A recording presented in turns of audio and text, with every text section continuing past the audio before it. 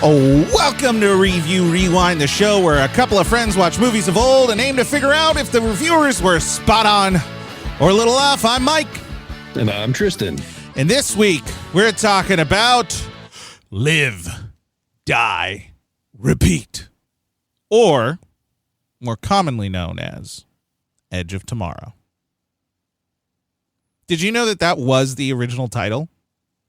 Yeah, so this was very confusing, but Edge of Tomorrow is, and even the studio claims that Edge of Tomorrow is the name of this movie. It is. And Live, Die, Repeat was the tagline, but then to help, I guess, like change people's minds about like what it is, they put Live, Die, Repeat as part of the title. Very confusing. Oh, I heard that it was the director wrote it as Live, Die, Repeat, or whoever, someone in the creative aspect of it, and then it was like, that's a dumb title, so let's do Edge of Tomorrow.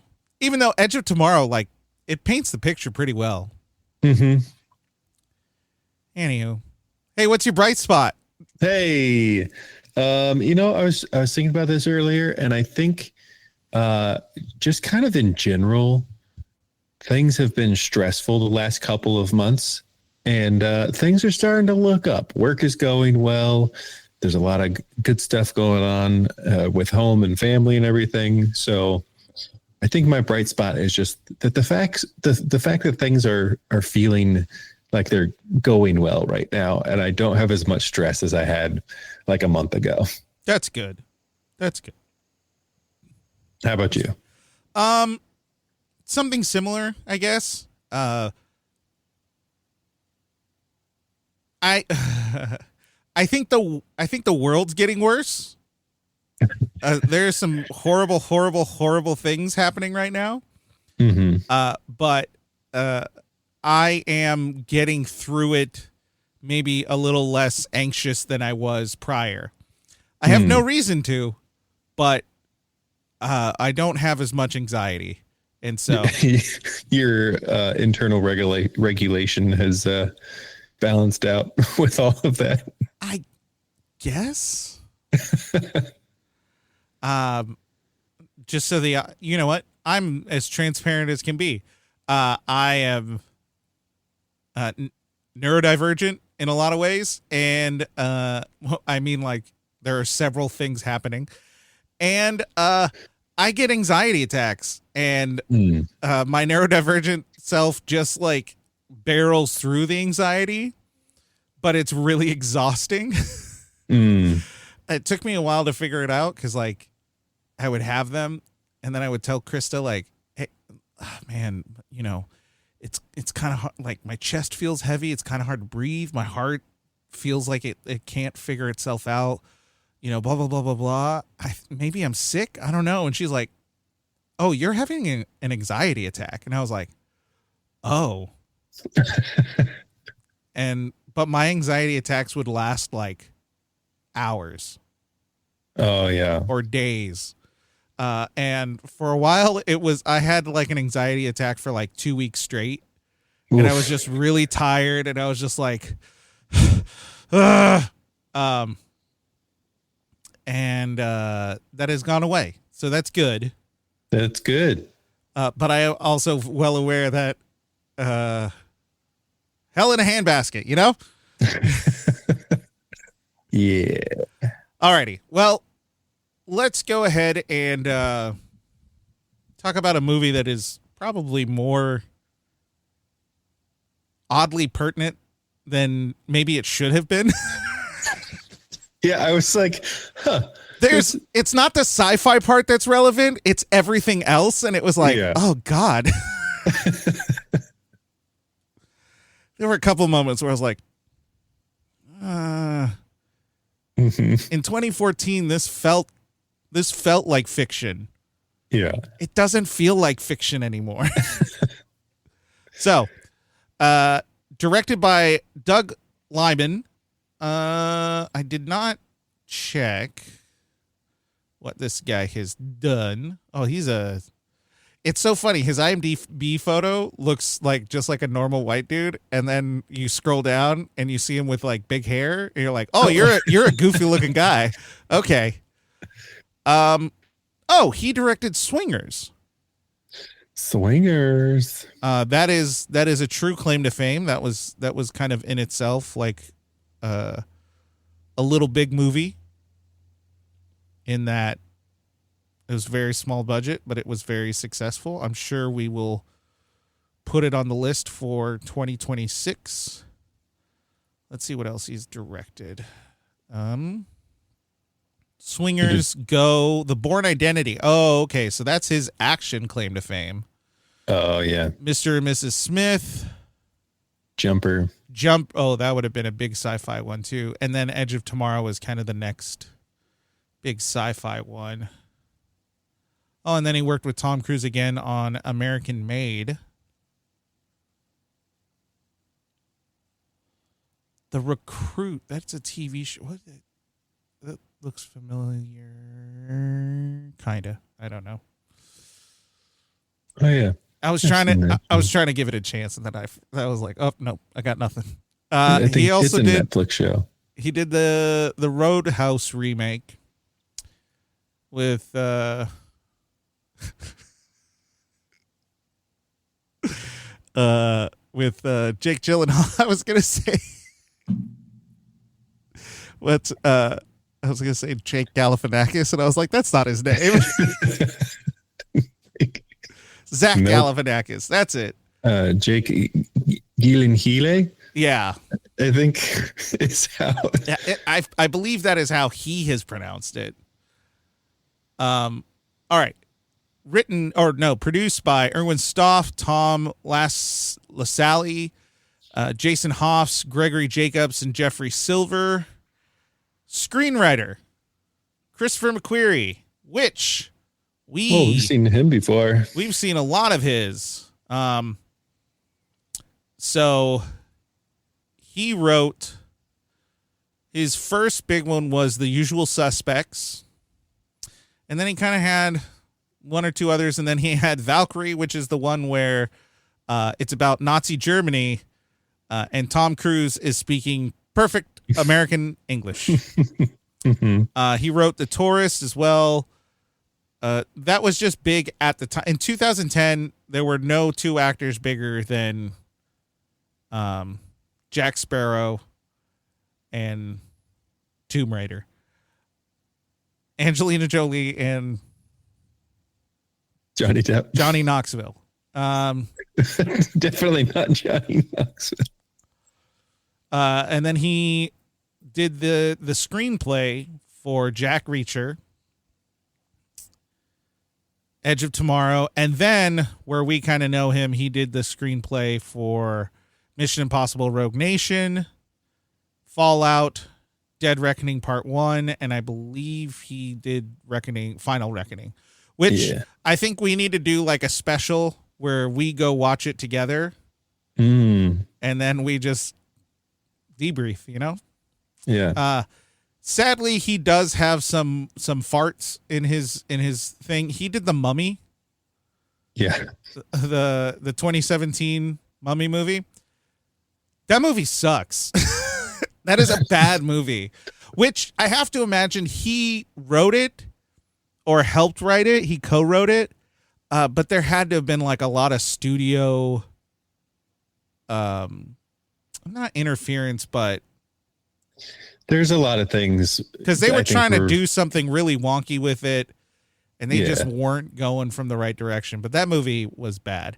He also did Maverick, Top Gun Maverick, which I've not seen, but many people say it was good.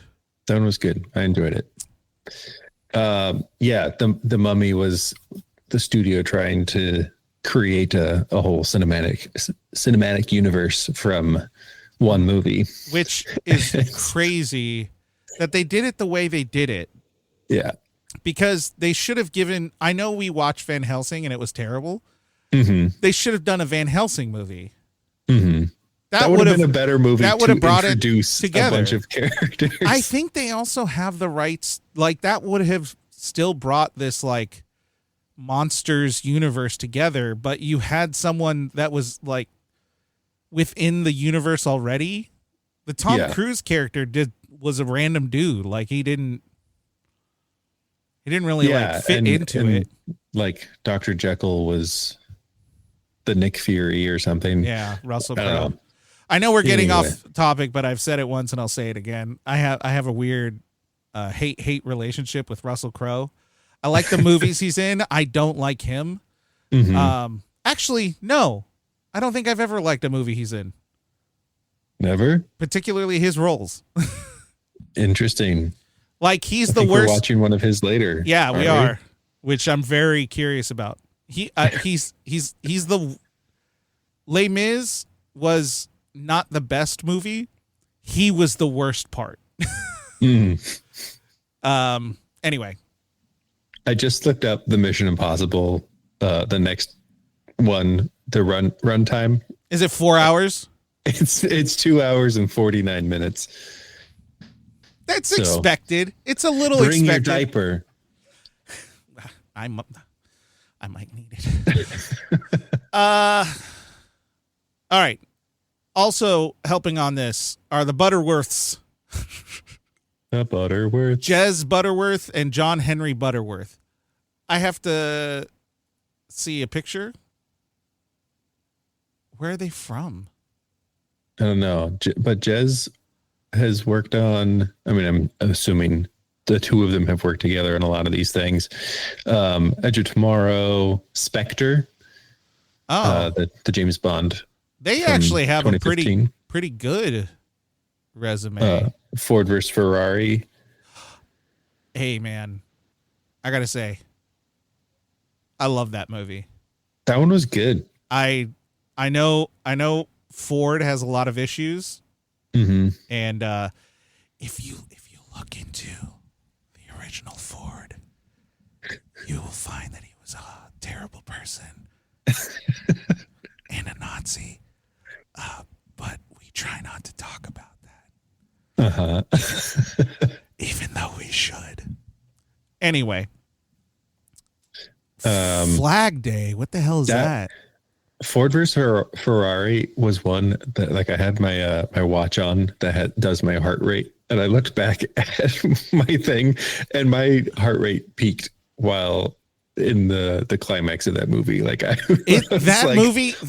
that movie shouldn't be as intense as it is, but they did a really good job of making it really intense. Like you get into it. You know, a movie is done well when they make you feel like the stakes are real, and you feel that the whole time, even though it's talking about something 60 years ago. Yeah. You're like, oh my God, what's gonna happen? Yeah. He did The Dial of Destiny. Yes. And then he did Mobland, which I had just heard about this today, and apparently it's pretty good. I have not heard. Well, have I heard of it? It has Tom Hardy, Pierce Bronson, and Helen Mirren. Oh, I didn't even realize that. Wow. This is not gonna get a lot of Tom Hardy going. Interesting. He wrote 8 episodes, and it was just him. It wasn't his brother. I'm assuming they're brothers. I could be totally wrong. There's no picture. He co-wrote some of the movies, not the show. And he actually wrote a bunch of shows on his own. Well, there you go. Man, there you go. We're going deep. Alrighty. Moving on.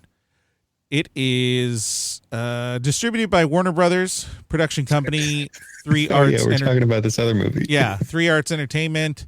Rated PG-13 for intense sequences of sci-fi action, brief suggestive material, intense sequence of sci-fi violence, and brief suggestive material. Her doing yoga? Is that what we're talking about? Brief suggestive material. There was, or maybe there was it was a time J where Squad. he was like, "Have you tried everything?" that wouldn't give you a PG-13.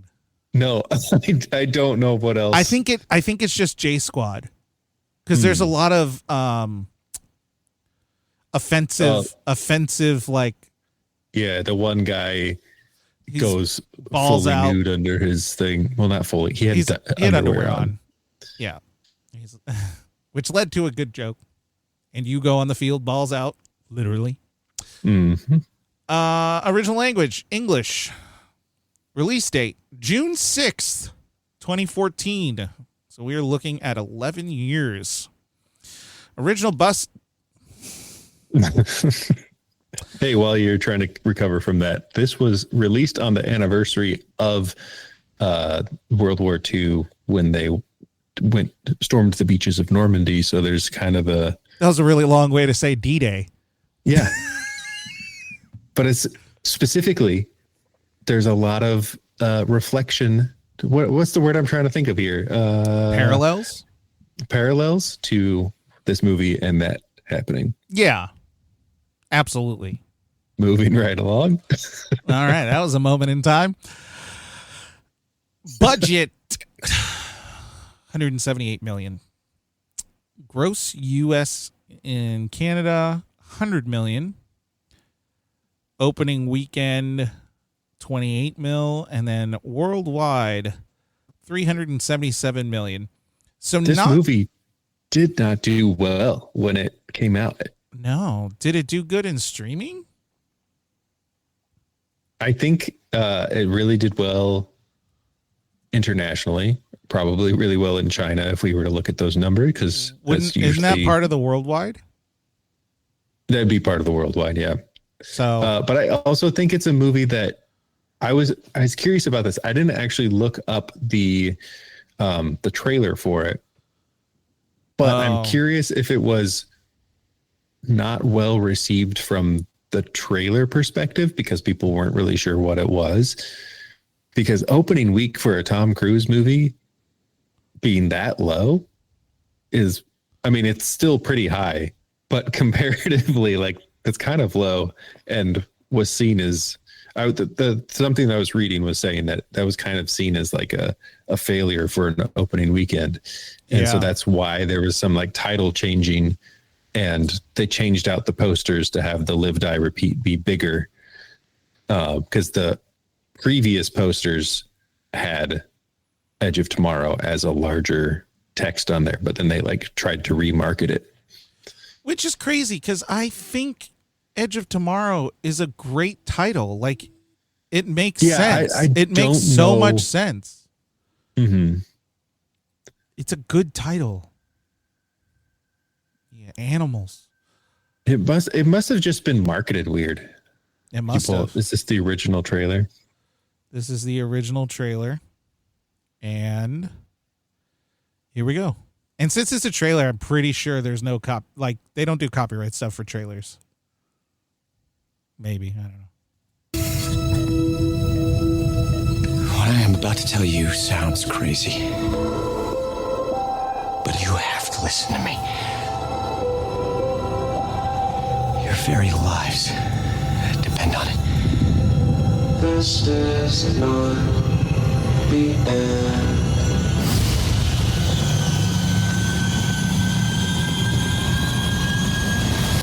You see, this isn't the first time.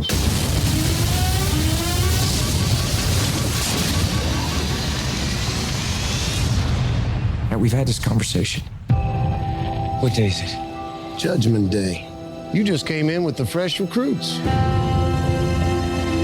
This is not the end. The invasion will fail, along with every soldier you are sending.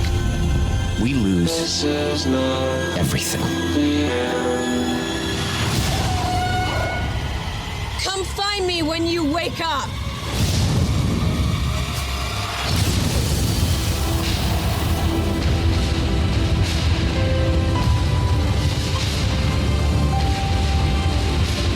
You do know what's happening to me. What happened to you happened to me. You hijacked their power. I need your help. With what exactly? Winning the war. We can do this. Just come here every day and I'll train you.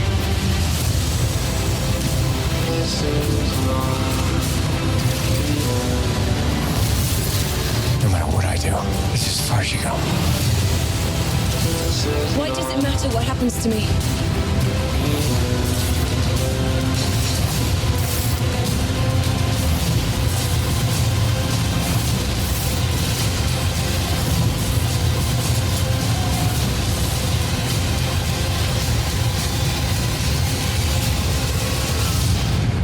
I'm not a soldier. Of course you're not. You're a weapon.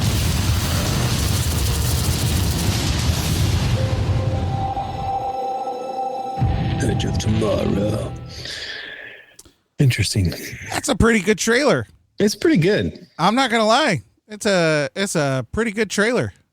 What was wrong with the 2010 version of All of Us? Yeah, don't know what happened, but It was fun. I got emotional. Starring Tom Cruise, Emily Blunt, Bill Paxton, and Brendan Gleeson.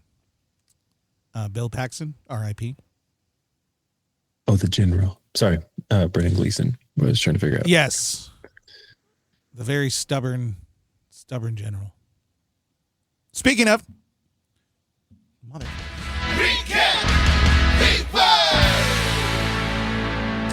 And now we transition to the recap rewind, where we rewind and recap those of the week. Nice. Side of candy. All right. I need to move this actually because my camera's in the way and I can't read through the camera. All righty. Here we go. In 2015, the world has been invaded by an extraterrestrial force, the likes mankind has never seen. 5 years later, after the world bands together to create the United Defense Force, UDF, the world's scientists develop advanced robotic technology to create a mecha suit that can battle back against the enemy. The suit's ability is proven by Sergeant Rita Rataski, Emily Blunt, in the Battle of Verdun. On the other side of the world, Major William Cage, Tom Cruise, is selling the war and the UDF's abilities to the citizens of the world through military propaganda. The UDF has planned a modern-day D-Day in France.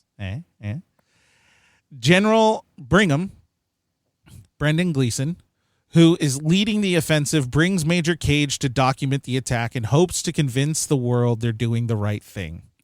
Cage promptly rejects the offer and abandons his post, quickly being detained and shipped off to the battle lines to join the rough and tough J Squad. The squad ignores the cowardly Cage and on the day of the attack equip him with a suit, but don't show him how to use it.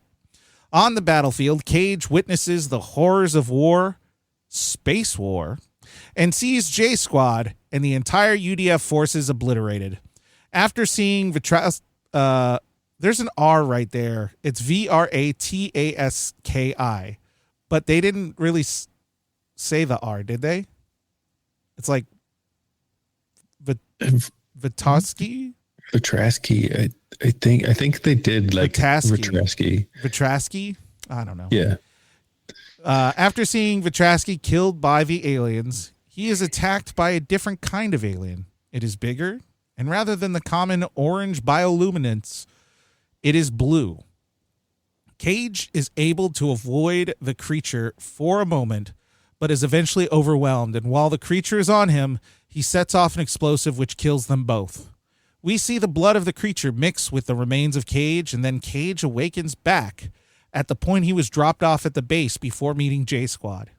He believes it is a dream, but he experiences every single thing he had experienced the day prior. He quickly realizes that when he dies, he starts back at the point of getting dropped off at the base. On the battlefield, After however many days, Cage saves Rita and moves with the confidence of knowing what is going to happen. Rita tells him that when he wakes up to find her, they both die in an explosion, and he wakes up and finds her. After a continuous meeting, Rita leads Cage to a scientist, Dr. Bucket. Insert me smiling smugly. That's not his name, but we do recognize him from a previous movie. Noah Carter, Charlie Bucket's dad. So that's why he's Dr. Bucket. Dr. Bucket, he's buckets of fun.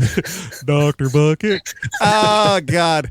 After sharing his chocolate with them, Rita has explained to Cage what is going on. These aliens are called mimics. This part is actually explained earlier in the film, but it didn't really make sense until this point in time where the aliens are really important. The mimics are millions of creatures, but they are just the hands of a greater organism. The alphas are the next step up, and they are the blue ones. And above the alpha is the omega, which is like the brain of the organism, and it can control time. The trigger of time travel is the death of an alpha. Because Cage mixed in with an alpha, he now has the ability to go back in time when he dies. We find out that Rita once had this ability too, but lost it when she didn't die and got a blood transfusion. Rita trains Cage to fight, and they work to get closer to the Omega. After an encounter, Cage has a vision of the Omega, similar to what Rita had. He goes to the place and finds a trap laid by another alpha. The alpha injures Cage enough to have him bleed out, which would have him lose his ability. He quickly dies and restarts. He informs Rita that it was a trap, and they've come up with a different plan. Or they have to come up with a different plan. They decide to visit General Brigham in hopes to retrieve a missing piece to a machine that could connect them to the Omega. Brigham is stubborn. Brigham is a stubborn ass and has thwarted their plans many times. Until the last time, when they get what they need, but they are immediately stopped by military police. They are able to outrun them for a while to use the device and find the Omega located at the Louvre, but they got into a car accident before they could die, and they wake up in a medical ward where Cage is chained to a bed and has received a blood transfusion. He has lost his abilities. Rita breaks him out of the ward, and they have to figure out what to do. They know they need to move before the battle begins, and they need a team. So they get J Squad and a makeshift way to get into the Louvre. They are able to get into the Omega area while losing all of J Squad, and Cage sacrifices himself to plant a bomb and save the world. It explodes before the world can go into battle, and the mimics vanish. The world is saved, and Cage wakes up at a point where he was first meeting General Brigham. He sees the news that the mimics are gone, and he realizes that they accomplished their goal. He then goes to meet Rita again for the first time. There was also a love story involved in this, but it's actually better if you just ignore it. And I believe the moral of the story is the military is awful. That in a time of great conflict, the only thing that was really stopping the world from victory was its own military. Or something. The end. Or is it?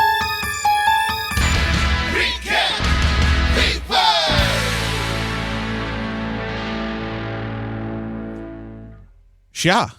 It's kind of the theme with Tom Cruise, isn't it? That the government is more of a hindrance, but he strongly believes in what he does, but the government is a hindrance to him doing what needs to be done. But it'll be a cold day in hell if the government actually does what it's supposed to do.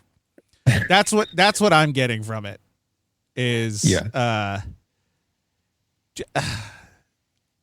Like through the whole thing, it was legitimately like, why are we making these decisions? What benefit does this have? For why? Yeah. What that was one of the questions that I had near the beginning of like, okay, so he's being asked to go there as a media person, right, to create the propaganda of this is a good idea. And then he very much steps out of line and tries to blackmail the general. Right. And then the general just sends him there as like well, you're just going to die now because you didn't do that. Like, it just kind of felt weird in the not putting him in jail. There is not one single act that the character of the military, so let's just treat the military as a character. There is not one act that the military does that's good. Not one. Every single plan fails miserably. And no one in leadership takes responsibility for it. Like, J Squad is annoying because they're all cocky bastards. Like, it's just a bunch of cocky soldiers. Like, so if we want to look at the parallel of World War II, are they saying that that's kind of what the soldiers were like? But I don't feel like that's what I know. We in 2025 for a long time, especially in the US, have had a very skewed vision of World War II. Very skewed, very inaccurate.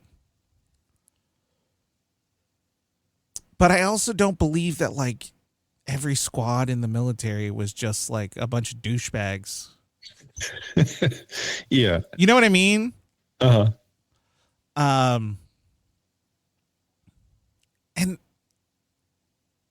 they're all green, right? They're all new. Is that my understanding? The J Squad is like a relatively new group of soldiers? I don't think they were a new group of soldiers. Well, one of the guys said, this is my 20th mission or whatever. And the other guy was like, you're lying.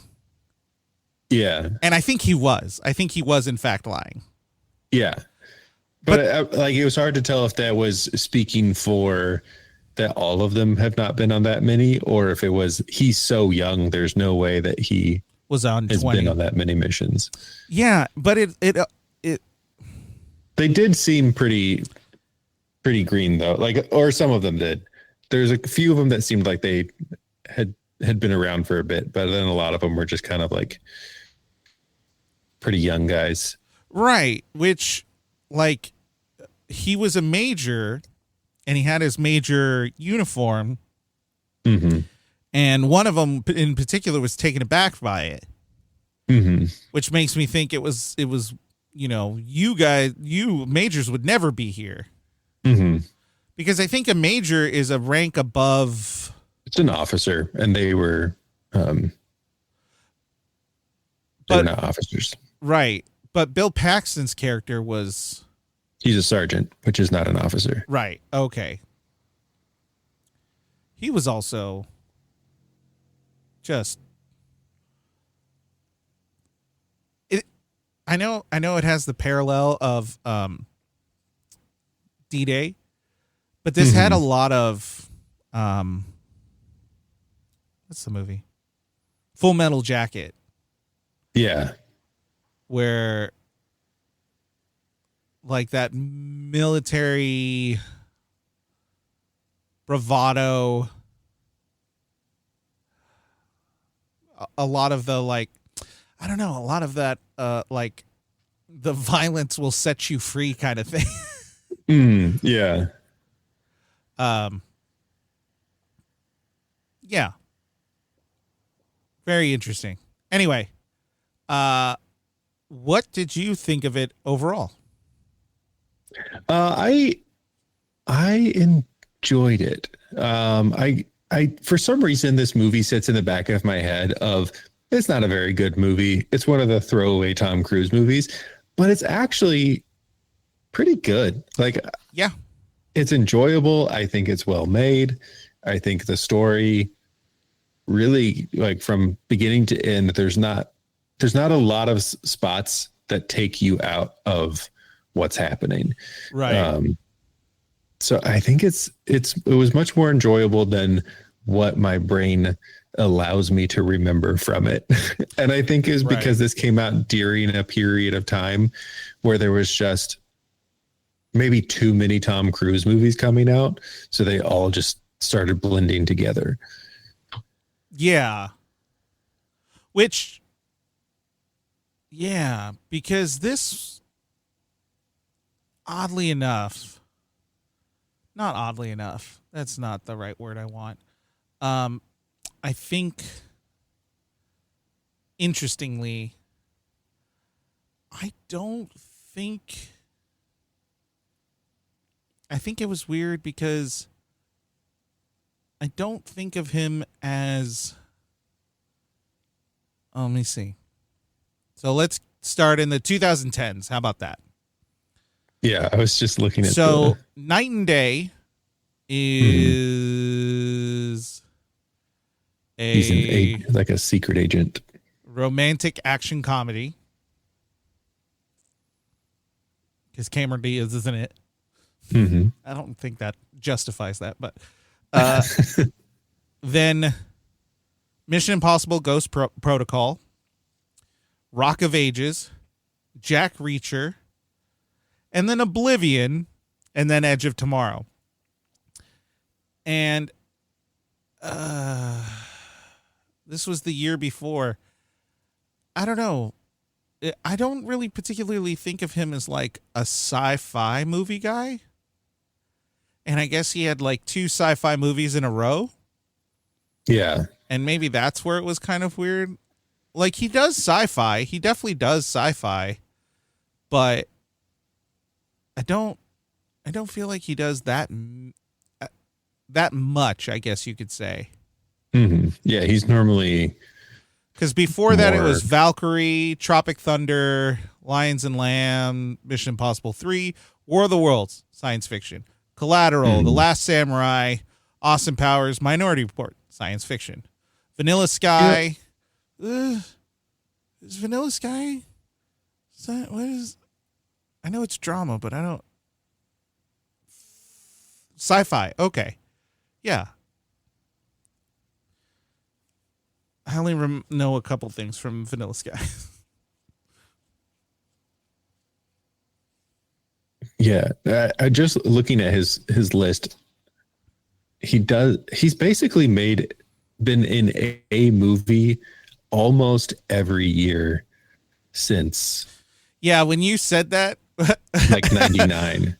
When you said that of like too many Tom Cruise movies, I was like, I'm pretty sure that's going to be us in this world we live in until he dies.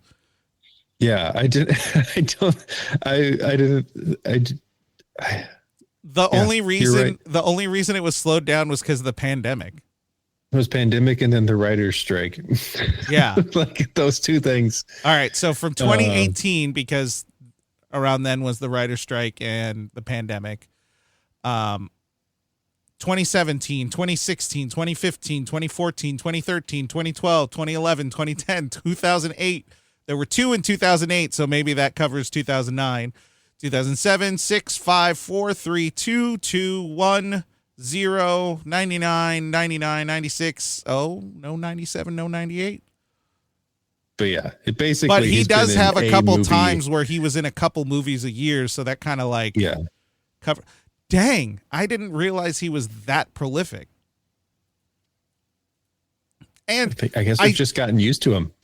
I think the prolific, we have to create the caveat of like, there are a lot of people who are in a lot of movies. Mm-hmm. Several movies a year, all that good stuff. It is quite the thing to be, especially by like the late 90s in particular.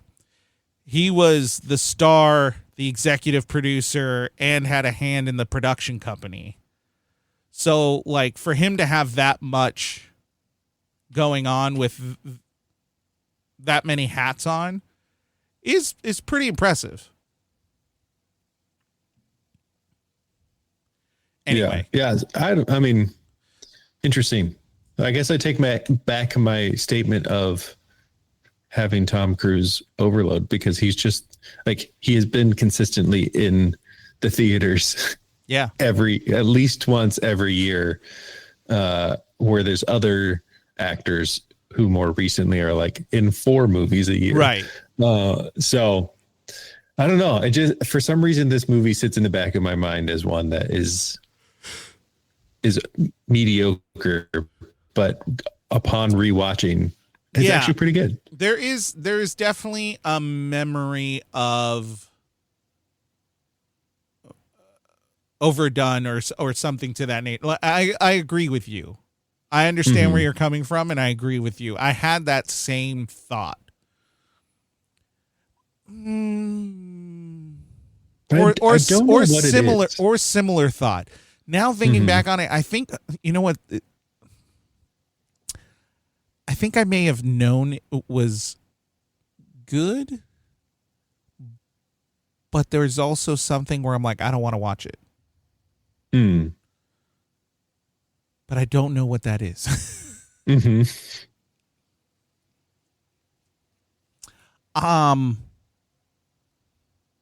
As we get, so, you know, you had that, but it's pretty good. It was enjoyable. My overall is the same feeling. It was enjoyable. Yeah. Now, let's get into the characters, because I think I might know what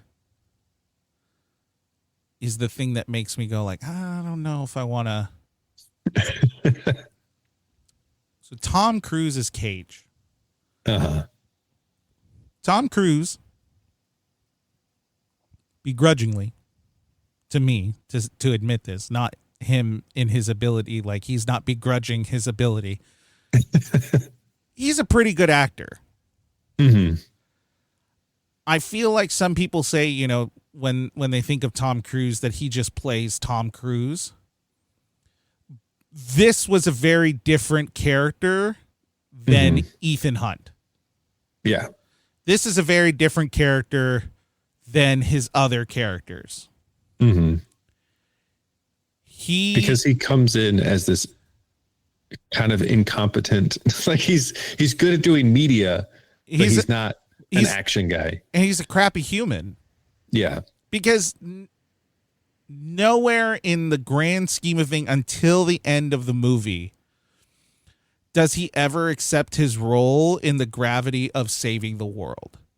He does not accept it until the very end.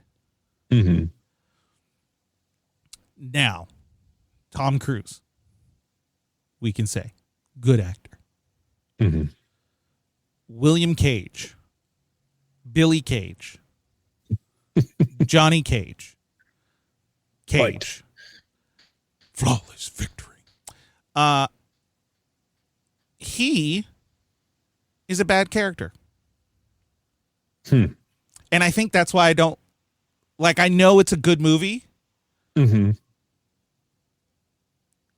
I know why I don't want to, like, I know it's a good movie, but I know why I don't want to watch it. And it's because Cage is a bad character. In the the grand mix of all of these really good things happening, the visuals, the concept, all of that. Cage is just a crappy human. And I think that's the point. But it's hard to root for him. Yeah. I don't root for him. Kind of ever. Even when he starts to accept, like, okay, when he starts to remember all the things that he's doing, there's still not an acknowledgement of his participation in this role of saving the world. And it just is kind of a bummer. Like, it's kind of hard to be like, yeah, this guy's great. We should support him. Does that make sense? Like, am I making sense? Oh, saying that? I had a very similar feeling earlier when I was like thinking back on this, is that because it's Tom Cruise, our brain automatically says we're supposed to like this character, but he's not a likable character. Yeah. He starts off from the very beginning as being someone who is, he's a real douche. He's not, they call him a deserter. And in some ways, yeah, he tried to blackmail his way out of doing his job. And like, I get it. I do this job because I'm not suited to do that job, but he is in the service, and that's the role that he needs to play. And so from the very beginning, he is a character who is not likable, and there's nothing really that redeems him other than the fact that he is Tom Cruise and he's stuck in this situation. Right. And the whole time he's just trying to get out. Yeah. He's not like, oh, I have this power that I can use to save the world. It is, how do I get out of here? Right. And it's not until he sees the mimics throughout Paris or whatever town he was in London. Yeah. Which do I not understand Europe? Apparently not. So were they in England the whole time, and then they flew to France? Yeah. So there's a channel between the UK and Europe. And they would have been based in England. Okay. On the coast of England, probably. Yeah. And then they flown across the channel to France. People have like swum that channel, right? Is swum a word? Swam that. Yeah. But does that people have swam that channel? Is that right? Yes. English sucks, dude. Oh my gosh. Yeah. People do that. And it is a challenge. Have they swimmed that channel? Okay. Yeah, but then he like flies to Germany, but that's not that close, is it? I mean, that one feels a little further, right? That one felt a little bit further. It's close because Belgium. Yeah, but that's like I guess we don't know where the dam was that he was flying to. However, he would have had. We're going to pull up a map here just so we can see this. All right. So, all right. Yeah, they're right next to each other. Okay. So London's up here. Yeah. And then that's the channel. I'm assuming this is Normandy in this area. Dunkirk. And then Germany is touching France. Yeah. That's what I figured out. Okay. At some point he said like we make it to Lyon, and that's when you tell me blah blah blah blah blah. So that means they're driving super far south, closer to Switzerland. Jeez, So Louise, you're right. that's kind of crazy. But the dam was in Germany. I think this movie expects us to not know European. You know what? geology. I'm not saying this like it. I was about to sound like an idiot. I was about to be like, you know what? I've been to Germany, like, but I'm saying I have been to Germany in that, and I was in Eastern Germany, and I had visited some places in Central North Germany, and like it was even in a train ride, it was like an hour or two. No, it was like an hour. So I can't imagine them going that far. I will say the time in this movie doesn't make any sense, even within the day. The only thing that makes a little bit of sense is maybe from where the battle was to when they have to go to Paris. Mhm. That seems viable. Yeah. That seems very okay. But, oh man, Germany just seems kind of like for their timeline. But I guess it was kind of nighttime once he got there. Was it? It was No. later in the day. It was later in the day, so maybe that all does make sense. Oh no, I have one of those ball roller mouses, Mm. and when they get gunk in them, they don't scroll right, so I gotta clean it out. Okay, so Cage. I think you're right in that he was carried by the almost like inherent charisma that is Tom Cruise. Mm-hmm. Oh, just so you know, it's about 6.5 hours to drive from Paris to Stuttgart. Which is that feels really. That's a whole day, and they drove to Lyon. So I don't. That's adding time. Okay, I'm not crazy in thinking that some of this timeline is a little wonky. No, but if they, that's like saying, "Hey, we got a battle in San Diego, but I got to make it to Sacramento to get rid of the Omega." You're like, okay, it's possible. It's just going to be a little while. Like, even without traffic, that's like 6.5 hours, 7 hours. So they would have left. They left early morning, right? Because they cross over, and it's like dawn when they get to the beach. Was the battle at dawn?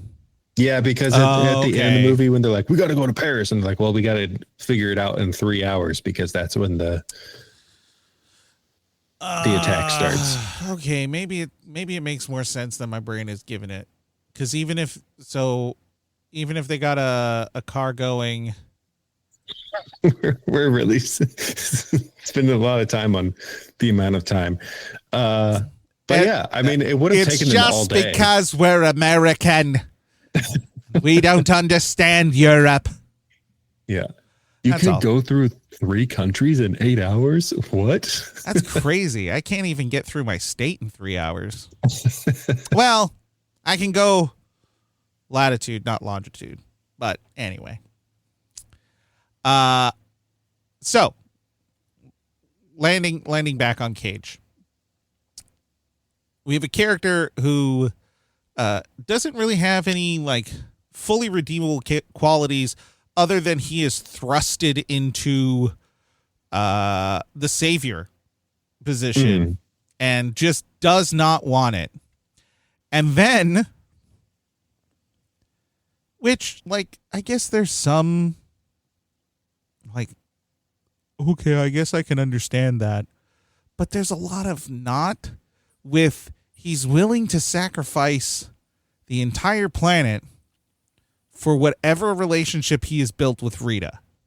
Right. And maybe I missed something. We never fully understand what that relationship is. No, we're told that relationship starts developing between them, but she only has a day and he has hundreds of days. The fact that they had to put a subplot of 50 first dates into this kind of docked points. I think it would have been fine if it was more of the element of, hey, I've grown attached to you as a person that I care about, and not, I mean, they didn't push too strong the romance, but it was still there. And I don't think it needed to be there whatsoever. It could have just been a... Here's why it didn't need to be here. Because we can move on to Rita. Mm-hmm. Rita, also a piece of shit. She's not a good person. She is so damaged by combat that she has the goal of destroying the Omega. But I don't think she knows why. She's like lost the humanity that makes the goal achievable, or yeah. Well, it's interesting because she's been through the loop before, and in that she's probably become extremely jaded and cut off from other people because she lost somebody that she cared about. And now that's probably somebody that she knew before she went into the loop. Whereas Cage goes into this loop and almost gains more humanity than he had. Yeah. Before. That's what we're supposed to believe. I don't think they do it that well.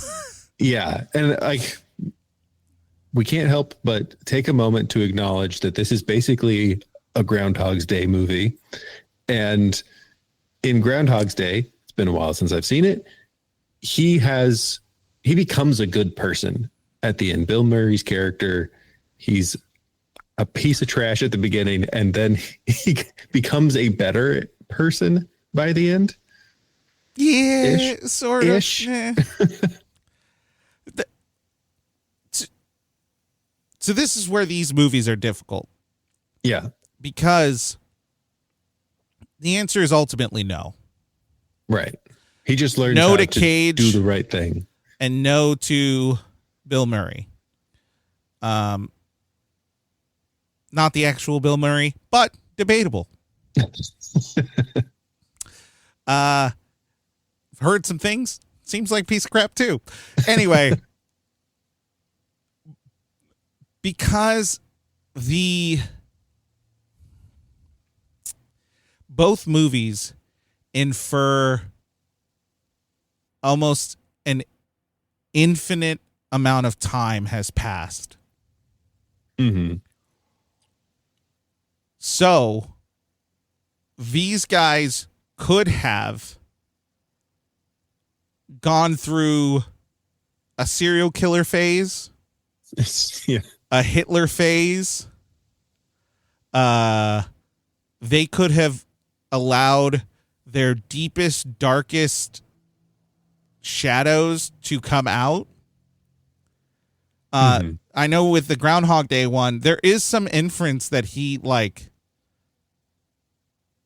like pushy with the female lead. Yeah. And maybe cross some lines, So with that, in this movie, there is the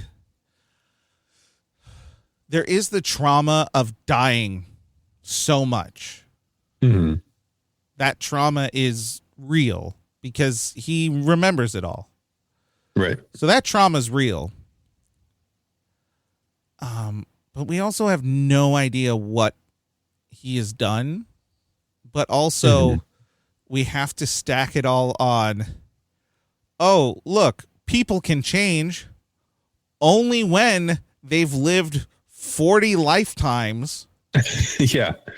And then they figured it out. Yeah. You know what I mean? It's like true. It's like they want us to have the sense of they've become a better person. They learned their lesson. Right. But really they did every single thing they possibly could. Even in this, we see him have a dark moment of he stops trying to save people. He leaves everybody behind so he can go do the mission. But he's like, he doesn't care about anybody. He's stopped trying to save who he can save. And like that, even though he is successful in getting to the dam, he has also lost a part of himself in getting to that moment. So we see that, like, we see what we see, but what we don't see is all the other things which that have happened. Which that's what makes these movies difficult, is because when a movie creates a world, sometimes it has to be really specific in laying out how this world works. Mm-hmm. But these particular kind of movies, these particular kind of time travel movies, repeat movies, Groundhog Day, a la Groundhog Day, there is so much that happens that cannot be told, but by kind of point of logic, all things have happened. Mm-hmm. Which, if you go into all things have happened, you could say this guy has done good things. He's probably done heinous things. Yeah. And have you seen the movie, what is it, Palm Springs with Andy Samberg? You know what? You'd think I should, since I grew up there. But I have heard good things from it, but so it's a Groundhog's Day-esque movie. That's because living in Palm Springs feels like Groundhog Day. It does a pretty good job of the, like, how tedious that can become of doing the repeat thing.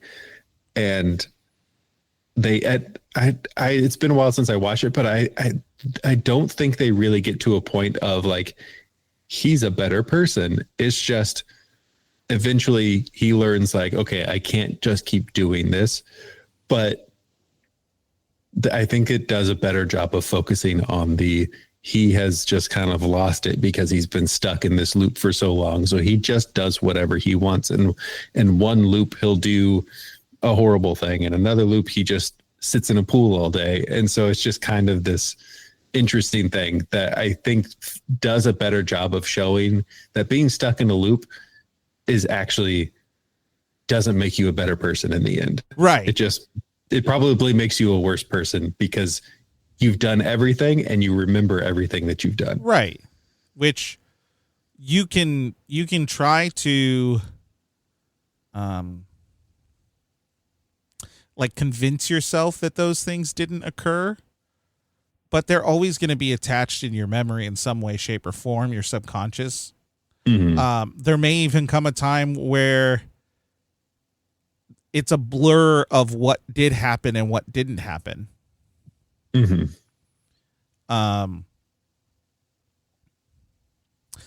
But you know, Tom Cruise does play another character that has like photographic memory. Do you think he has photographic memory? Look, I don't care how many times you do it. He ain't remembering every single thing. No, I mean, he himself, do you think Tom Cruise as Tom Cruise, the real life guy? Oh, my camera stand was on a button. And so when I opened a new window, my computer was like, does Tom Cruise, he's Googling it, the person, have memory. While it's often mentioned that Tom Cruise has photographic memory, there's no concrete evidence to definitively confirm that. Nice. Some speculate his talent for memorizing lines and dialogue, along with his recall of character details, suggests strong memory, but it doesn't necessarily equate to photographic memory. Well, there you go. There you go. There we go. So what? Okay, so I think you're right that Rita is. Well, she went through the same thing, and I think if we kind of go into the a la Palm Springs, Groundhog Day does not guarantee or logically conceive a good person. Mm-hmm. Maybe he like grows an infatuation for her because of the constants. Mm-hmm.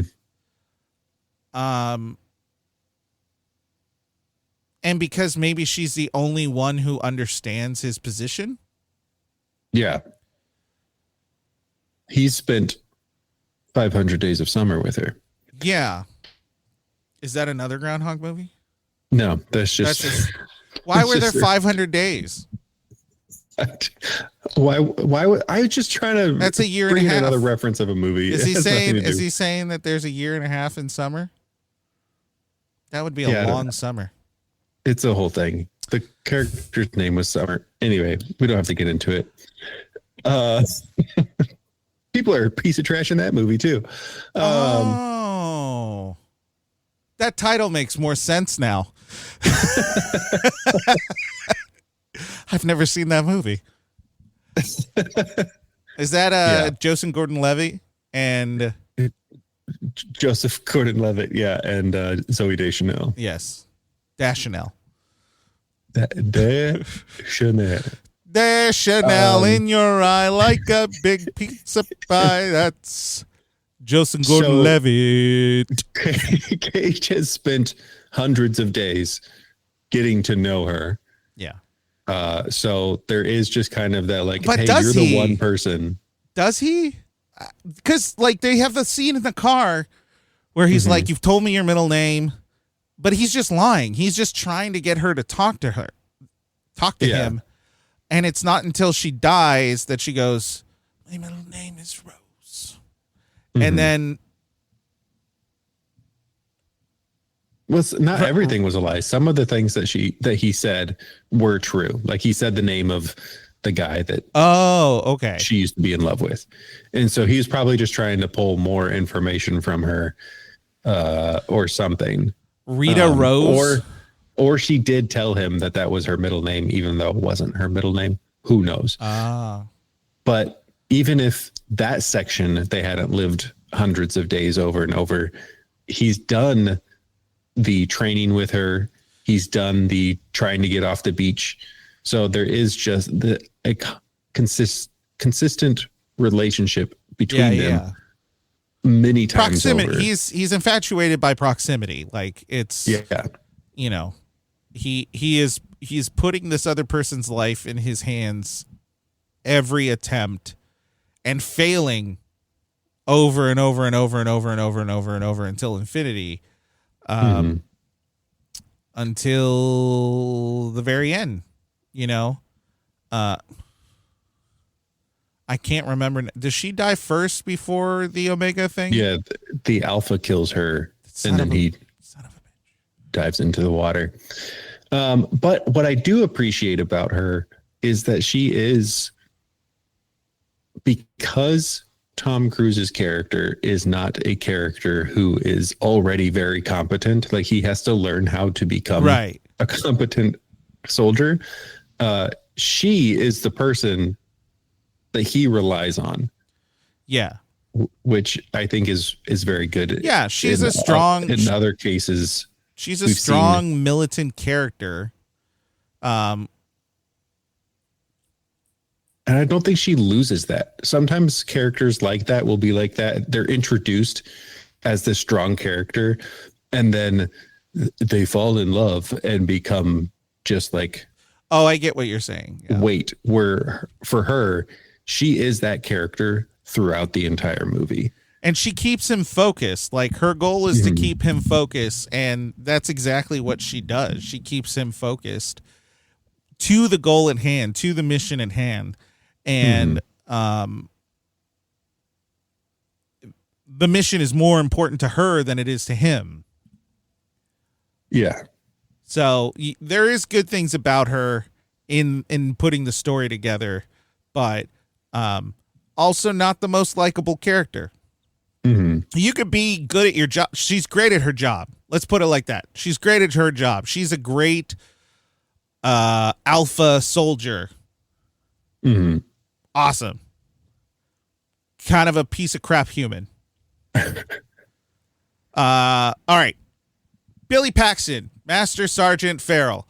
He is made to be obnoxious, and he does a very good job. Bill Paxton, from the interviews I've seen of him in the past, he seems like a pretty levels kind of normal guy with some, excitement, whatever it might be, but not like he is playing a character, kind of, if that makes sense. Like what I'm saying, he is playing a character. He is not. It isn't the Tom Cruise situation where it's like, oh, this is just Tom Cruise. Yeah. He's playing a character. And he does a great job with it. His quotes are very interesting. He's also obnoxious as hell, but I think that's what he's supposed to do. So yeah, I can't really fault him for it. Nailed it. Yeah. And then we'll do one more, and then we'll kind of speed run through J Squad. Brendan Gleeson. Brendan Gleeson plays a crotchety old man in so many movies, and he does not disappoint in this one. He plays a crotchety old general. And I don't know. Well, I know he's setting up for the battle of the war, like the biggest battle of the war. But I just don't understand most of his motivation. Like nothing he does seems helpful for the grand picture of the battle. Yeah. Like even in the scenario where he gives them the stuff they're asking for, but then he calls the MPs in. Yeah. It's like, what's the point of that? Why are you doing that? You're about to enter into the biggest battle of the world, and you're wasting resources and MP time on these two people who have proven in some way, shape, or form, parlor trick or not, they know the future. Yeah. And you'd think that he'd have some trust because Rita's there. Rita, that's the part I don't understand. I don't understand why, if it was just Cage showing up, I could see how it's like, you're just trying to get out of this again. Like, why'd you come back here kind of thing. But yeah, it's weird because you think he believes them, and then he calls the security on them, and then they'd have to keep running. MPs, military police, who are doing security. I know, but fine. He calls the MPs. I don't want to get attacked by the military. So. They're bouncers. They're bouncers. They're glorified bouncers. Yeah. So it's a strange motivation. Yeah, I just like not a single thing he does makes sense. That he does is only to motivate the next thing in the script. It's not to actually have logical motivation within the story. So in a typical movie, a MacGuffin would be like a sword, a wand, a book. And in this case, it is General Brigham. Yeah. He's the MacGuffin. The general makes things happen so that the next thing can happen. Yeah. I guess. Like, that's what it is, I guess. Because it would make more sense for him to have arrested Cage and put him in the brig, court-martialed him, like done all of that stuff, rather than put him on the front line. And like, was he actually demoted to private, or was it like, what was the point other than to punish him? Here's my biggest issue with that, because I agree with you. My biggest issue with that is that then endangers everyone else. Yeah.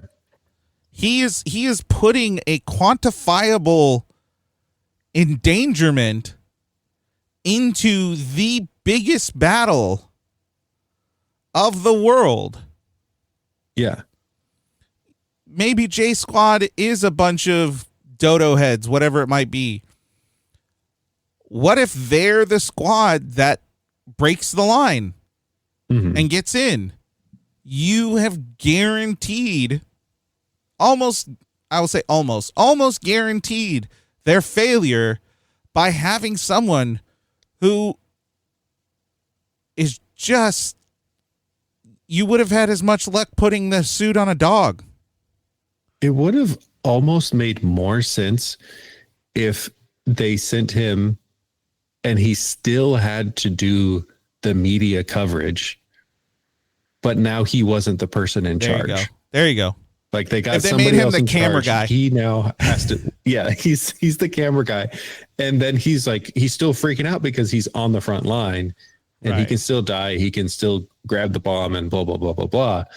But now it makes more sense why he's there. Otherwise it was just like, okay, the general sent him there to die. And then everyone was the burden. Biggest asshole to him. And that part I don't understand. Maybe I don't get military stuff. Maybe there is a mindset of people that does exist that I just do not understand in the slightest. But nothing anyone did in J Squad as far as relationship to Cage made any freaking sense to me. Hounding him a little, whatever. But to the point where you're guaranteeing his death or guaranteeing that he is a roadblock within your system just feels insane. It just, I just don't, maybe I've lived a life of intense risk management where, it informs my politics. The best risk management is prevention. That is the best risk management.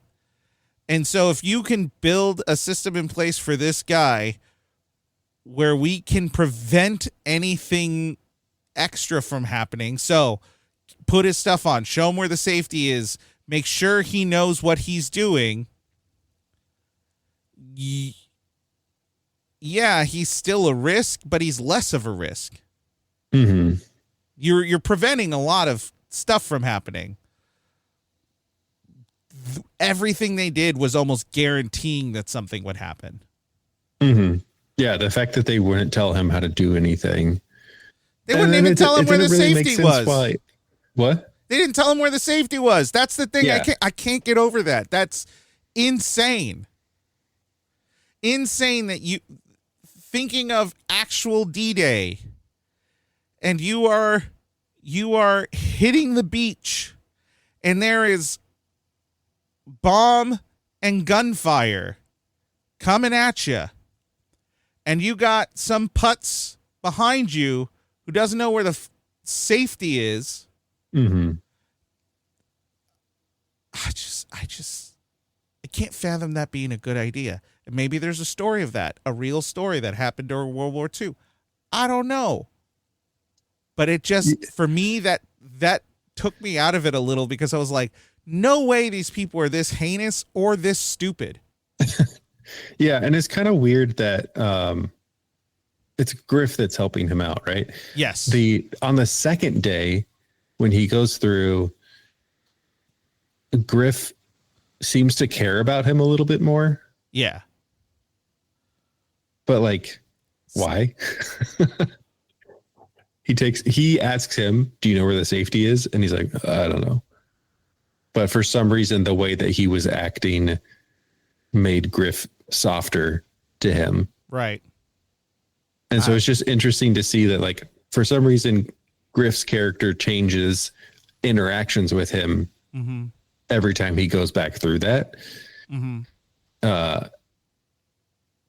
Which shows that, like, there is a version of Griff who cares enough to, even though he's a deserter who impersonated an officer, that he's like, okay, I'll help you out. Yeah. But maybe it was just the cockiness that he walks in with the first time that they don't care. But it's just kind of a weird inconsistency with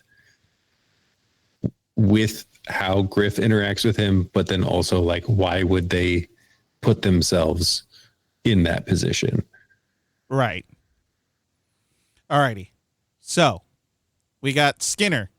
He's the a-hole that goes like, you know what's in your suit? A dead man, or whatever it was. He was that guy. Kimmel. Balls out guy. Yeah. Griff. Griff seemed to be the guy who had been there maybe a little more than everyone else. And seemed to have responded differently than everyone else. Ford seemed to be the youngest guy. Kuntz is the quiet guy. He's the one that when he's proving that he knows the future, he's like, you're this person, you did this. You're this person, you did this, you did this. You don't talk much. You don't talk much. And then Nance is every stereotype about a like tough, slightly masculine forward woman. Just every stereotype. And I don't fully know why they did that. Yeah, she's just the Michelle Rodriguez of this film. Yeah. Yeah. I love that they were like, hey, we need a Michelle Rodriguez. We need a Letty. Yeah. I don't know if there's much to say with them. No, They're there. She's English. But she was doing like a Southern accent. Oh yeah.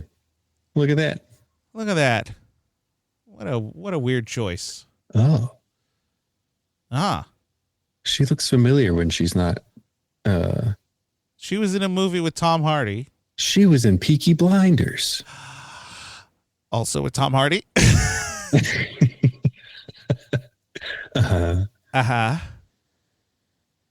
It's funny. I've seen a lot of Peaky Blinders without ever actually seeing the show. It appears to be good. I don't know. I'm an idiot. I don't know. Anyway, I don't know what else to say about J. Crew. They're J. Crew? Yeah. Squad. J. Crew is that's a apparel. Shirt. Yeah. J Squad. I don't know. None of the characters are likable. None of them are. Wait, is Takata in it? Is he in J Squad? Or is that... I have no idea who this guy is. I don't remember him at all. Oh, he's the one who's on the railgun on the when they're flying into Paris. Oh, so was he a direct person in J Squad? I don't remember him having like a moment. He doesn't. We see him go "Brr," and then get killed. Classic. Yeah, there's one screenshot of him doing that. And that's it? That's the only thing I can find of him in this movie. Oh, what a weird. I'm on the promo Was photos. he supposed to be in it more? I don't know. I bet you there's a deleted it's, scene. It's mostly Tom Cruise and Emily Blunt. All the other characters are relatively forgettable. Yeah. I mean, Bill Paxton literally throwaway characters. Yeah. There's a little more with Bill Paxton because he's humorous. Like he's funny. No, I got nothing for you, man. Yeah, you're right. Yeah, and then Dr. Bucket is just Dr. Bucket. Yeah. Dr. Bucket. That one felt odd. And it only felt odd because it was like we have this whole movie. Hey, we should put a funny scientist guy, a neurotic funny scientist guy. Because sci-fi movies always have a neurotic scientist guy. And that was him. Like, that was his part. They really didn't use him that much. There's a lot of characters who are primarily in the movie for exposition. Yeah. And almost exclusively that's it. Mm-hmm. And that feels odd. I don't know about odd. Alrighty. I'm done with the characters. What'd you think of the visuals? Visuals were good. It's crazy that those mech suits, like, they actually built them instead of them being CG. But apparently Tom Cruise insisted that they were actually real, which meant that they were lugging around like 90 pounds worth of mech suit on them, which is crazy. But it looks good. There were a few CG shots that, like, they weren't great. Mm-hmm. But there was nothing that to me was like horrible. It was just more of like, oh, that shot wasn't as good. They didn't spend as much time on that shot as they did the previous one. They definitely did the, if we just make the creatures a big blur, then we don't actually have to figure out what they look like. But I don't know. I think it's good looking. Mm-hmm. It's a good looking film. It's okay. It's good. And sorry to Nance. Nance might be familiar because she has a husband, and her husband is Tom Hardy. Oh, that's why she's in stuff with him. Yeah, but I mean, like, there's probably photos of them together, like red carpet things, and I'm sure in passing you've seen her before. Yeah. Well, I've also seen some of the shows and movies that she's been in, but yes. No. They're married to each other. The aliens, I believe, and maybe we can look this up. I believe they have the Michael Bay Transformers curse, where you can't really tell what's going on. The Transformers, what made Transformers really cool from the cartoon to the action figures to even video games. There was some geometric logic that went into their transformation. Mm-hmm. When I watch Transformers, the Michael Bay Transformers, not a single transform makes a lick of sense. Yeah. There's no visual sense to it. That's the door to the car. After the fact. But how does that fit to that spot after this happens? Yeah. Right. And I think these aliens kind of deal with the same kind of visual. They're just kind of like spinning tentacles. Ooh. Okay. Maybe follow me on this. Okay.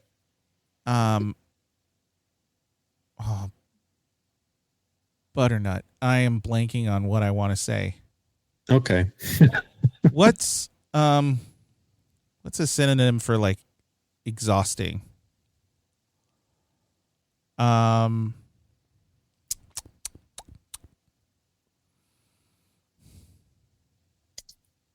I feel, but I feel exhausting feels like too big of a word that I want to use. Overtired, draining, similar or opposite words. Fatigue. There's the word. It is visually fatiguing to watch them. Your eyes don't know what to look at. Yeah, there's nothing to look at, and so you just kind of give up, and it is this blur. And there's a lot in this movie that is visually fatiguing. Like I think that's why I don't like watching this movie, even though it is a good movie. My eyes just feel fatigued after watching it. And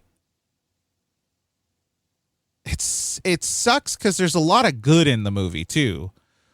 The practical is great. The set design, the scenery, the props, the like car and the trailer scene is really good. Like it looks really good. The practical stuff.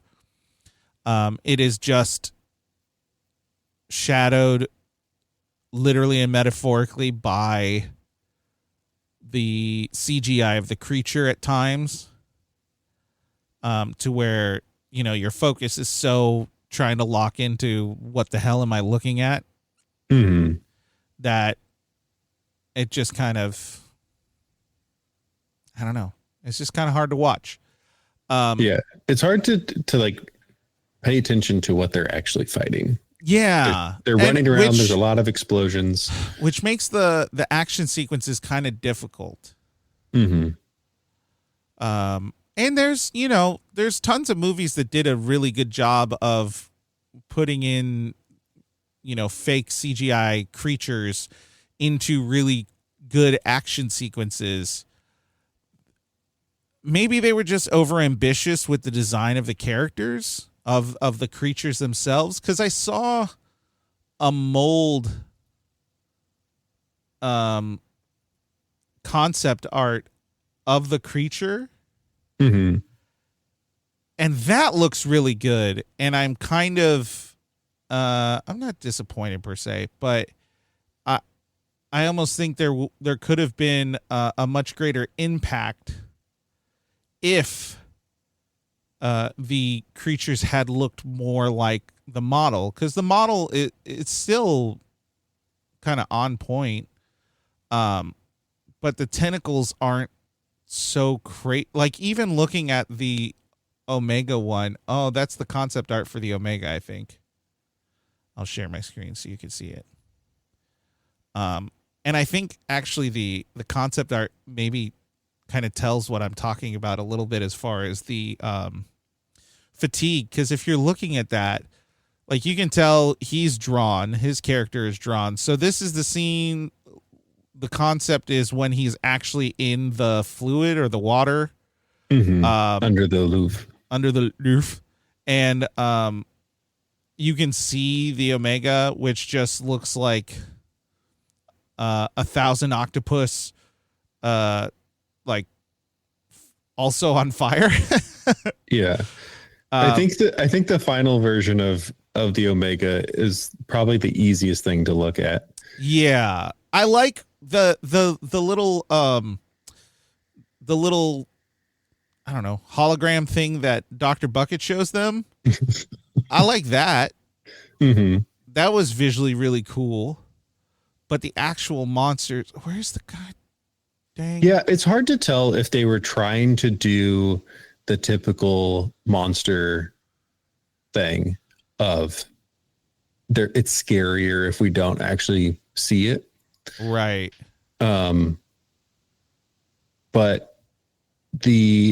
when the models where you can see like what the structure of the creature is supposed to be, you never actually really see that in the movie. You see the alpha a little bit more, but everything else is just like spinning chaos. Right.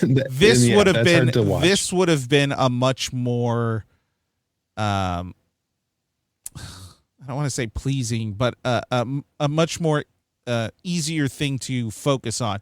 So the model that we're talking about almost looks not humanoid. There's no head, but you could tell that there are 4 appendages, and each appendage looks like it is a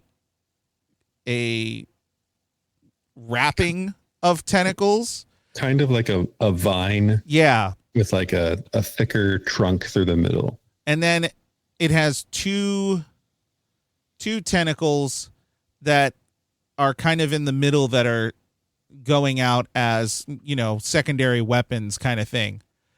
This, I think, could have really worked visually. But when they're in the battle, there's no like structure to the creatures, so it's hard to like gauge what's, even when they're fighting them, it's like, well, what are you hitting? Yeah. What's the point of your blast or your hits or anything that, like, I can't even tell what the center of this creature is.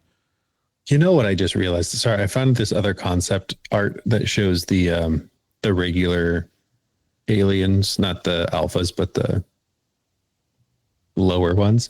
Was the one I just showed you, was that the alpha? Maybe. Okay. But they kind of look like the what are they called in the Matrix? That's what I thought they were going for. But it's that with less detail. Like it's just the crazy version of that. Yeah, there's those even weird, in this concept art, I'm looking at robots, it and I can't tell what I'm looking at. Yeah, there's those weird robot jellyfish things.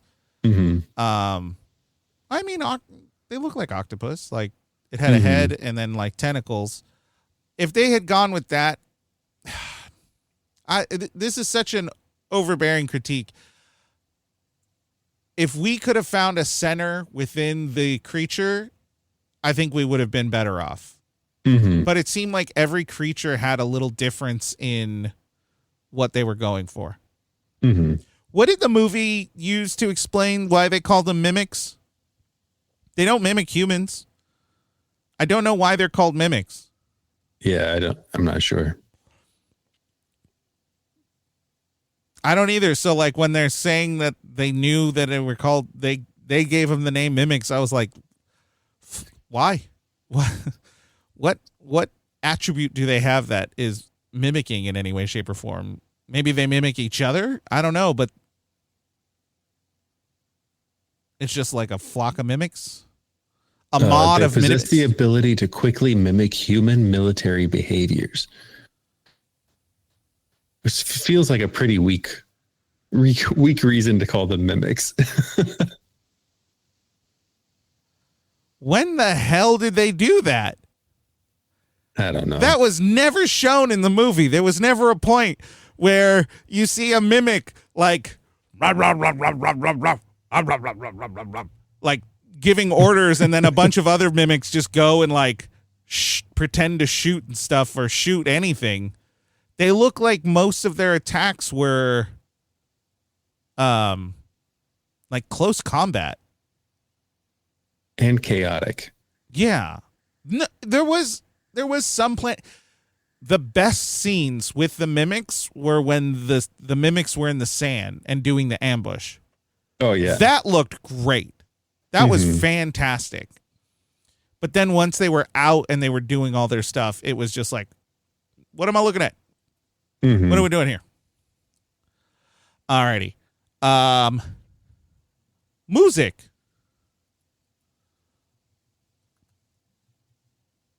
I think the music was Fine. was fine. Not particularly memorable. Edge of Tomorrow. Let's see if they have this. They do have the soundtrack.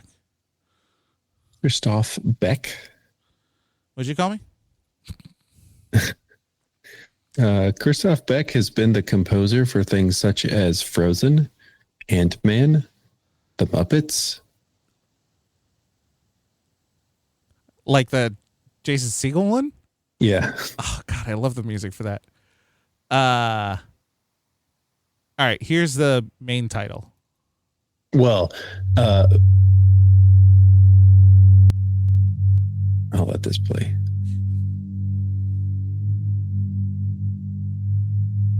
I'm gonna fast forward it a little.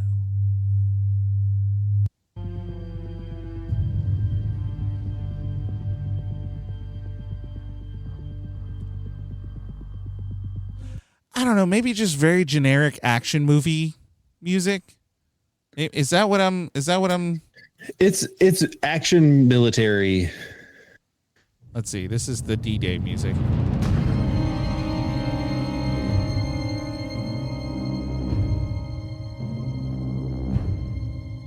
Yo ho. Yo ho.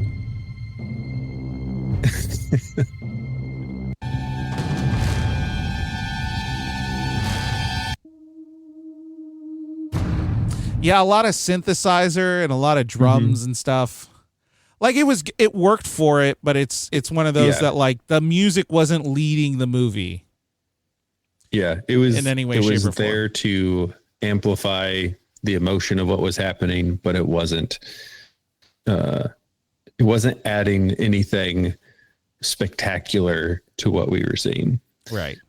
Man, this guy's done a lot. Yeah. What a champ. Stoff.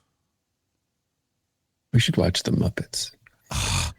It's on the list, man, for next year. It's on the list. Because I love that movie so much. It is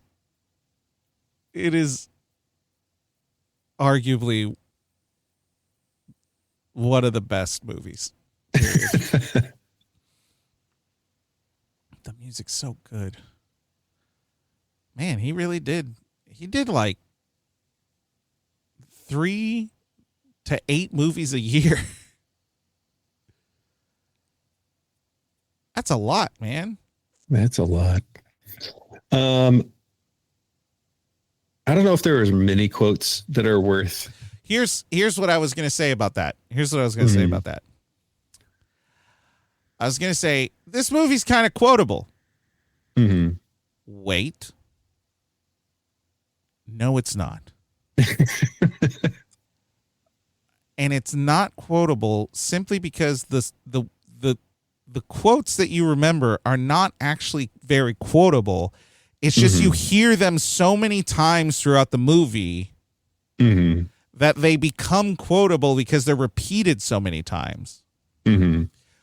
So let's you want to read the last one, the least helpful? It is 5 helpfuls and 7 unhelpfuls. Yes. It's so I'll read the first person and you can read the second one. Oh, for Christ's sake, Kimmel.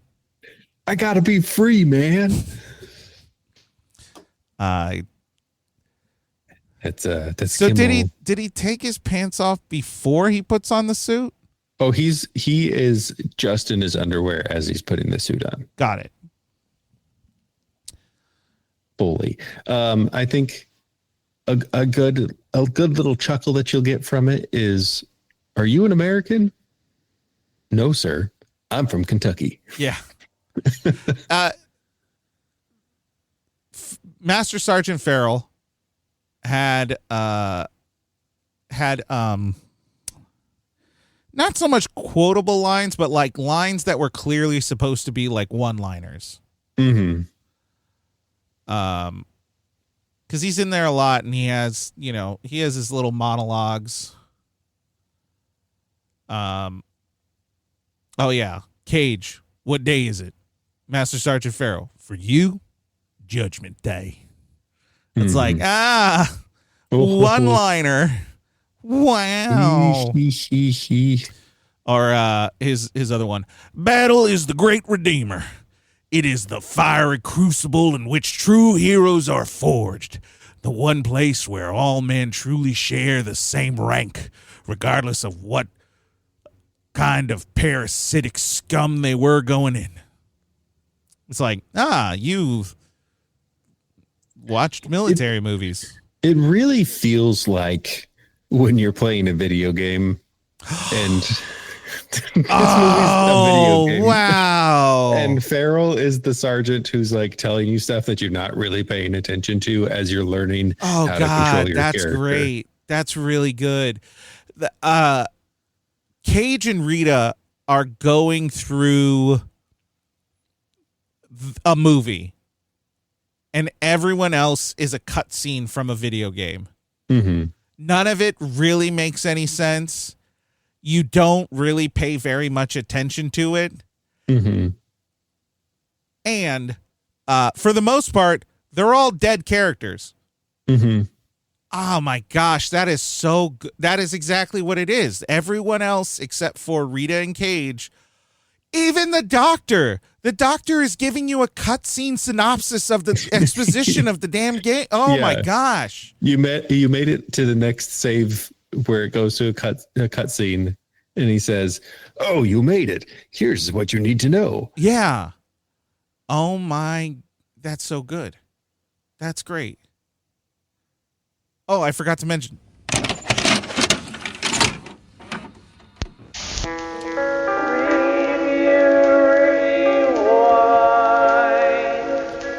And that's how he got that scar.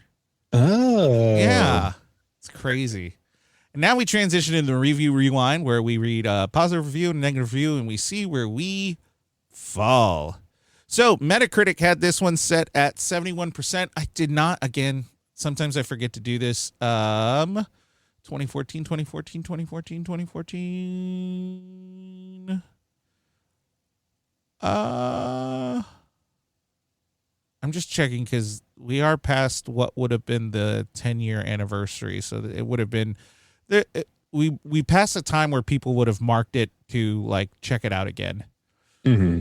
And for the most part, nope. These are all 2020 or 2014. It is generally favorable at 71, with 81% positive reviews and 19% mixed reviews. So there was no, there are a couple that are quote unquote negative, but none to the point of like downright. Yeah, saying awful. This movie is bad. Yeah. Interesting. Yeah. Rotten Tomatoes gave it a 91% and certified fresh. Rotten Tomatoes audience gave it a 90%. So this is pretty close on the audience reviewer spectrum. Mm-hmm. IMDb audience gave it a 7.9. So, Tristan, please read what the legacy of Roger Ebert with the Chicago Sun. Wait, was he the Chicago Sun-Times? He was Chicago. Every time. I do this every time. He was Chicago for sure. God. I'll remember one day. The Chicago Sun-Times gave it a 100.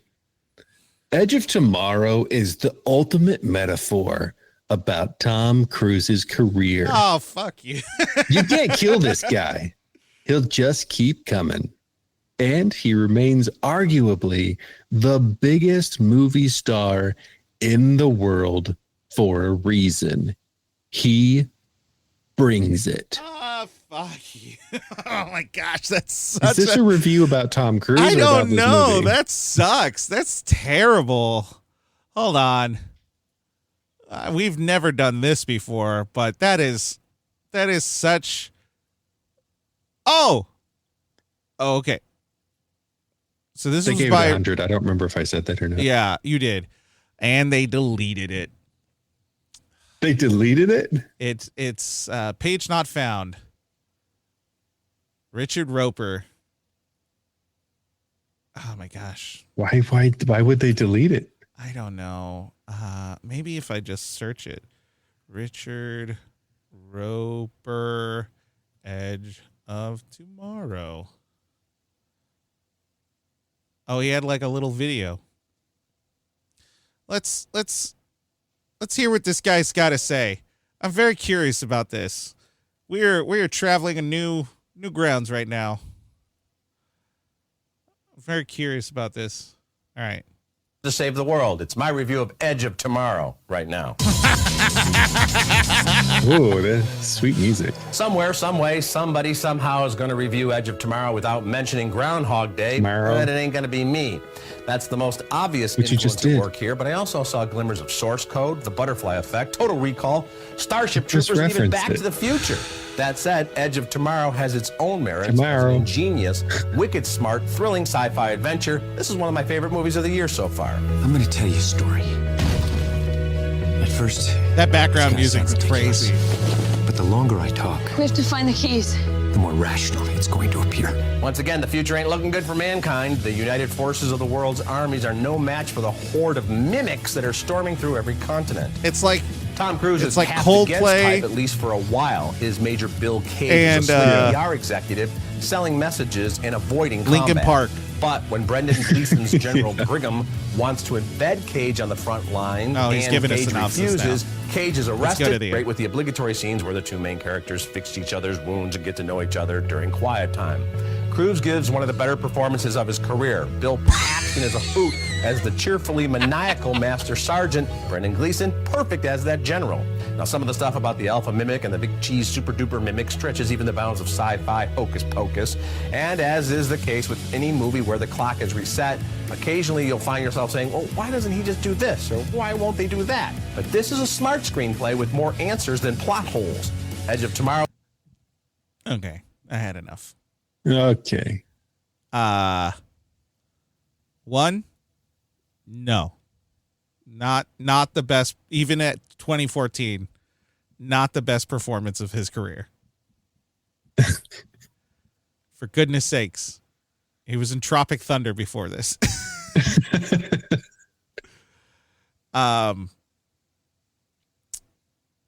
Yeah, no, he did say something that I will give credit to that I had not previously thought about, because I haven't seen it in I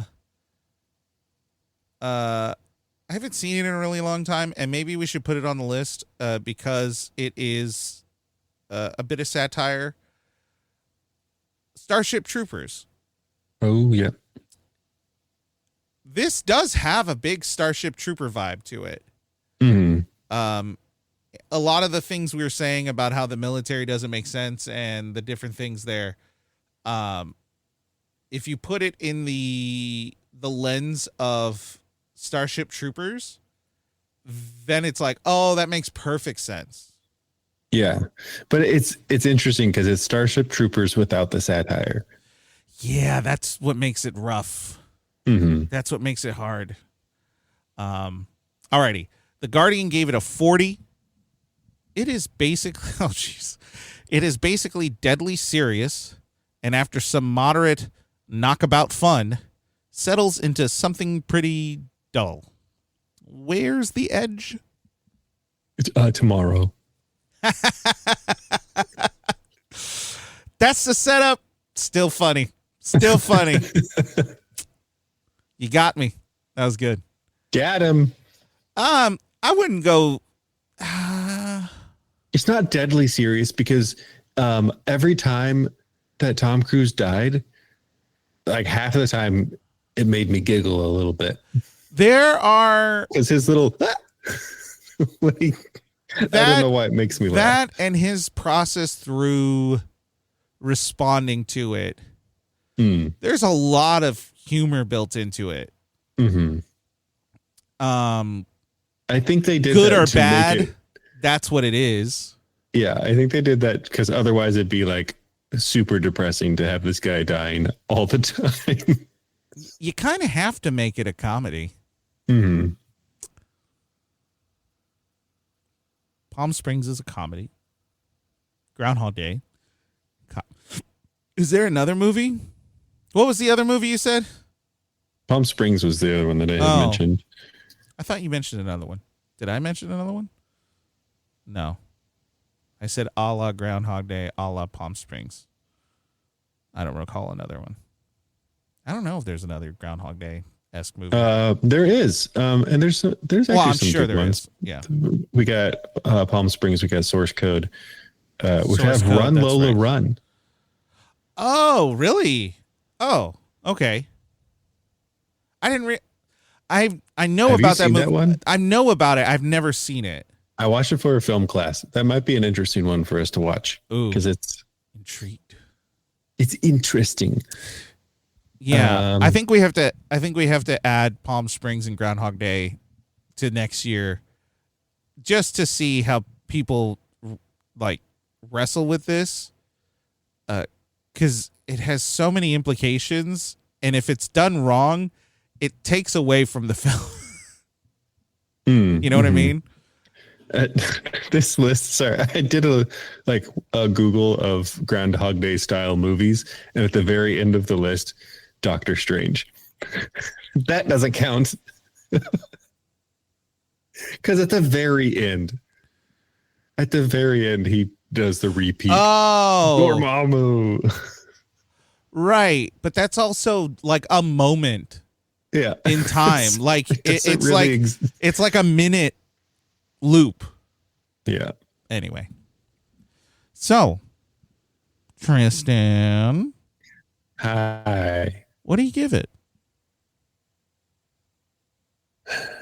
I feel like it's probably around a B- because it's still enjoyable to watch and it's well done. But the things that take it away are the fact that the characters aren't actually likable. Yep. That's where I was going. I was thinking B-, but I'm like, am I undershooting it? Am I overshooting it? I don't know how I feel. I was thinking about C, and I was like, it wasn't mediocre. Like it had a lot of intrigue, and regardless of whether William Cage is a likable character, whether you like him or not, Tom Cruise has got a charisma to him that just kind of pierces through most stories, and you just kind of follow along and go, cool. Even The Mummy, being a dog shit movie it is, he's still Tom Cruise. He's still charismatic. There's just so much stuff in the movie that makes no sense that distracts you, but we got through the movie. We got to the end. Yeah. And then once we got to the end, we were like, I think this movie is bad. This one, I did not have that feeling, and I did enjoy it. Yeah, B- is fine. B- I feel like that's the most concise rating I've been able to give in a while. Yeah. Like it doesn't concise and deserved. Like it's not an A. It's not even a B+, but it's not a C. It just fits in that B- spot. Yeah. Well, you know what, Tristan, thanks for watching this movie with me. Hey, I'll do it again and again. You know what? I forgot to say before we did that. Audience, I'm going to clip this, so we better do this right. Audience, I'd like to inform you that we are jumping into, when is summer start? When is the official first day of summer? June 21st or something. June 21st. So we're jumping the gun, and we are starting our summer series early. And after much conversation, we are actually going to do, I don't have a sound for that, Batman. So we are going to watch the Batmans in order, I think. I just pulled it up. So we're going to watch Batman, Batman Returns, Batman Forever, Batman and Robin, and then jump to the Nolanverse with Batman Begins, Dark Knight Rises. And then we are actually going to jump into the Snyderverse with a slightly off-topic thing. We're going to watch Man of Steel. But it's going to make sense because the week that Man of Steel comes out, our episode of Man of Steel comes out, will actually be the same time that the new James Gunn Superman movie comes out. And so you can, if it fits your schedule, you can listen to our podcast, a double feature, and just listen to me yell at this movie. Or I guess yell at Tristan. Yeah, yell at me about this movie. And then go watch Superman, which I'm sure we will. And then the following week, we're going to watch Batman v Superman. If you don't get enough yelling from Man of Steel, come back for the next week. You have no idea, because we are going to watch the extended cut. What? Yeah, I know. There's an extended cut? Yes, because the movie was 3.5 hours long, and then they cut it to 3 hours. But that half an hour that they cut was literally all the plot holes from the 3 hours. That's right. I forgot about that. Because when I watched the extended cut, I was suddenly like, oh, that's why. Oh, that's why. This movie still sucks, but that's why. Okay, cool. And then I am going to take a bullet, just like Bruce Wayne's parents. Oh, gosh. And we are going to watch Joker. And I have very, very negative feelings about this movie, and I want to give it another chance to see if I actually believe that or whatever it might be. And then after that, we're going to go back to our world of random movies at the time. So, next week, we are starting. So, I'm probably going to post this earlier than that. Next week, the week of the 12th, May 12th, we are going to release our Batman episodes. Batman, swear to me. Okay, now I can do the music. Oh, there we go. Yeah, there we go. So, thanks for watching Edge of Tomorrow with us. If you watched it, you should go watch it. It's not bad. Don't watch it with kids. And don't watch it if you're in a place of like emotional strife at the moment. This will not make you happy. It will not make you feel good things. Yeah, if you feel like you're stuck in a loop, maybe don't watch about a movie about being stuck in a loop. Yeah. Tristan, I love you. Mike. And listener, until next time. Shit, I did it wrong. Remember, review those rewinds and we'll see you next time. Oh, God.